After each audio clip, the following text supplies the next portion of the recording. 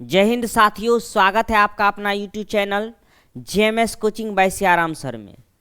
तो देखिए, आप फाइनल परीक्षा की तैयारी में लगे हैं। अच्छे तरीके से तैयारी करिए, रिजल्ट बेटर लाइए।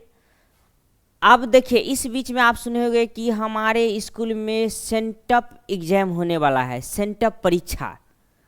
आखिर ये होता क्या है? आपके मन में ये सवाल होता होगा कि सेंटअप परीक्षा होता क्या है, क्या इसको देना जरूरी है, इसमें सवाल कहाँ से आएगा, आखिर क्वेश्चन कहाँ से आएगा और प्रश्न। तो आपके मन में ये सब होता होगा, क्या इस एग्जाम का नंबर फाइनल एग्जाम में जुड़ता है?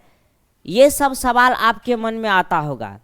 तो इसी सब सवाल को दूर करने के लिए ये वीडियो लेकर आया हूँ। आप ध्यानपूर्वक इस वीडियो को देखिएगा। देखिए, सबसे पहले आपके मन में आता है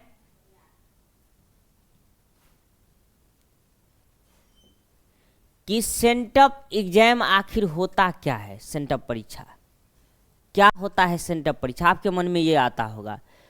तो सबसे पहले देखिए, सेंटअप परीक्षा ये जो एग्जाम होता है ये बोर्ड पैटर्न पर होता है।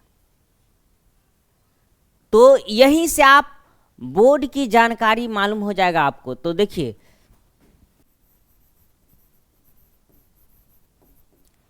आपको यह जानकारी होगा कि बोर्ड में कैसे ऑब्जेक्टिव आएगा, कैसे सब्जेक्टिव आएगा। जैसे यहाँ देखिए, सेंटअप एग्जाम में अगर आपको दोगुना क्वेश्चन मिला, जैसे देखिए कोरोना काल से क्या होता है, दोगुना क्वेश्चन मिलता है, यानी आपको ऑब्जेक्टिव भी 100 मिलेगा जिसमें 50 का जवाब देना होता है, और दीर्घोत्तरीय और लघुत्तरीय भी दोगुना मिलता है जिसमें इस मतलब आधे को जवाब देना होता है। तो देखिए, आप देखिएगा कि सेंटअप एग्जाम में अगर 100 ऑब्जेक्टिव क्वेश्चन है, अगर इसमें 50 का जवाब देना है, इस प्रकार से क्वेश्चन आया है, तो आप समझ जाइए कि प्रश्न पत्र इसी प्रकार से आया है। तो समझ जाइएगा कि हमें बोर्ड में भी इसी प्रकार का प्रश्न पत्र होगा। उसके बाद इसके तहत आप क्या करते हैं, OMR आंसर शीट भरना सीखते हैं कि हम किस प्रकार इसको भरेंगे। जैसे बोर्ड में रहेगा इसी पैटर्न के आधार पर आपको ये एग्जाम लिया जाता है, और इसी आधार पर ये आपको OMR आंसर शीट दिया जाएगा। आपको ये भी दिया जाएगा कि कॉपी हमें कैसे लिखना है, कॉपी में हम क्या सब लिखेंगे, ऊपर में हेडिंग लाइन में क्या सब लिखेंगे, ये सब भी इसमें बताया जाता है। तो देखिए, ये सब आप जानकारी लीजिएगा सेंटअप परीक्षा में। अगर यहाँ पर देखिए दोगुना आया तो इस प्रकार से, तो सेंटअप परीक्षा ये बोर्ड पैटर्न पर आधारित होता है। मतलब जैसे इसमें आएगा क्वेश्चन, उसी तरह का क्वेश्चन बोर्ड में भी आएगा। तो आप समझे कि एग्जाम देना जरूरी है, इसीलिए तो आप समझिए ये बोर्ड का राह दर्शा रहा है कि कैसे हमें चलना है इसमें। तो अब देखिए, दूसरा प्रश्न कि सेंटअप परीक्षा कब से होगी, सेंटअप परीक्षा आखिर होगी कब से। तो देखिए, सेंटअप परीक्षा का डेट निकल गया है, इसका रूटीन ये है। तो देखिए, सबसे पहले सेंटअप ये मैट्रिक वार्षिक परीक्षा 2025 के लिए लिखा हुआ है। सैद्धांतिक विषयों की सेंटअप परीक्षा, और ये परीक्षा जो है 19/11/2024 से 22/11/2024 के बीच आयोजित होगी। कार्यक्रम इस प्रकार है, देखिए, पहला है 19 तारीख 11वां महीना 2024 में, पहला 2 पाली में होगा ये, प्रथम पाली और द्वितीय पाली। पहला क्या है, देखिए पहला पाली में जो होगा उस सबसे पहले दिन उसमें होगा मातृभाषा। जैसे जिसको हिंदी है इसका हिंदी का एग्जाम होगा, जिसको बांग्ला है बांग्ला का एग्जाम होगा, मैथिली जो रखे हुए हैं मैथिली का एग्जाम होगा। इस प्रकार से होगा, और ये 9:30 बजे से 12:45 तक चलेगा। उसके बाद देखिए द्वितीय पाली, द्वितीय भाषा जैसे संस्कृत जो रखे हैं उसको संस्कृत होगा, जो अहिंदी जैसे रखे हैं हिंदी में तो उसको हिंदी होगा। अब देखिए अरबी भोजपुरी जो भी भाषा है वो एग्जाम होगा दूसरी पाली में। अब देखिए दूसरा है 20/11/2024 को, उस दिन क्या होगा, विज्ञान विषय, पहला पाली में विज्ञान विषय, प्रथम पाली में विज्ञान विषय होगा, और केवल दृष्टि बाधित परीक्षार्थियों के लिए जैसे संगीत है तो उसके लिए संगीत होगा, और दूसरा सीटिंग होगा सामाजिक विज्ञान। और देखिए 21/11/2024 के गणित और केवल दृष्टि बाधित परीक्षाओं के लिए परीक्षार्थियों के लिए गृह विज्ञान होगा, और सेकेंड पाली होगा अंग्रेजी।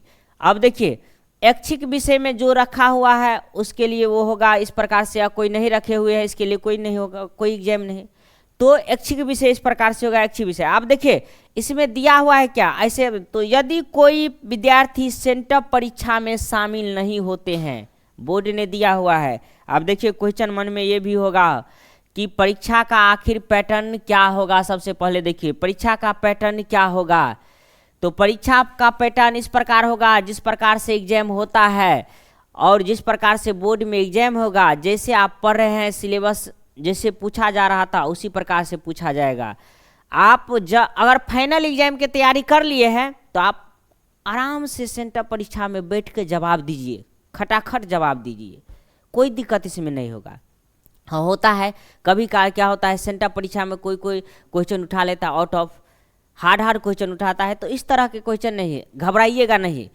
तो आप देखिए अब दूसरा है कि परीक्षा का पैटर्न, तो जिस प्रकार से पैटर्न होता है परीक्षा का उसी प्रकार से, तो देखिए जिस प्रकार से सिलेबस लिया जाता है, जैसे अगर 100 नंबर बताया है कि ऑब्जेक्टिव रहेगा 50, तो इसी प्रकार पैटर्न होगा, और जैसे सिलेबस का मतलब पूर्ण रूप से आपको किस प्रकार से तैयारी है ये भी जांच लेगा आपको। दूसरा है कि क्या परीक्षा देना अनिवार्य है, क्या परीक्षा देना अनिवार्य है, दूसरा ये सवाल भी आपके मन में आता होगा। तो देखिए अभी जस्ट मैंने दिखाया हूँ, तो क्या परीक्षा देना अनिवार्य मतलब जरूरी है कि परीक्षा देना ही होगा सेंटर परीक्षा।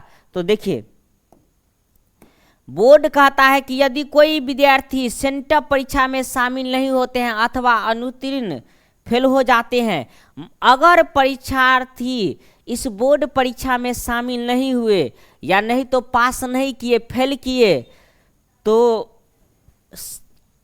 वैसे परीक्षार्थी वार्षिक परीक्षा 2025 में सम्मिलित होने से वंचित हो जाएगा।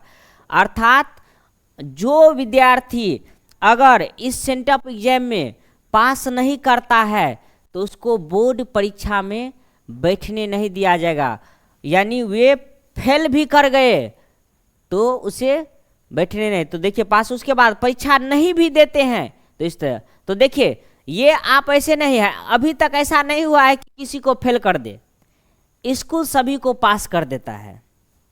और आप कम से कम जा करके अटेंडेंस बनाइए और जो सब है कुछ लिख कर भी आ जाइएगा तो आप पास हो जाएंगे, लेकिन जाइए जरूर, ऐसे नहीं। देखिए जाना एग्जाम तो दीजिए, तो इस प्रकार से होता है। दूसरा ध्यान दें कि पूर्ववर्ती कंपार्टमेंटल एकल विषय अंग्रेजी एवं अनुमानित कोटि के विद्यार्थी सेंटर परीक्षा में शामिल नहीं होंगे। जैसे कोई कंपार्टमेंटल या पहले एग्जाम दिया होता फेल कर गया था, वो ऐसे छात्र इस परीक्षा में शामिल नहीं होंगे।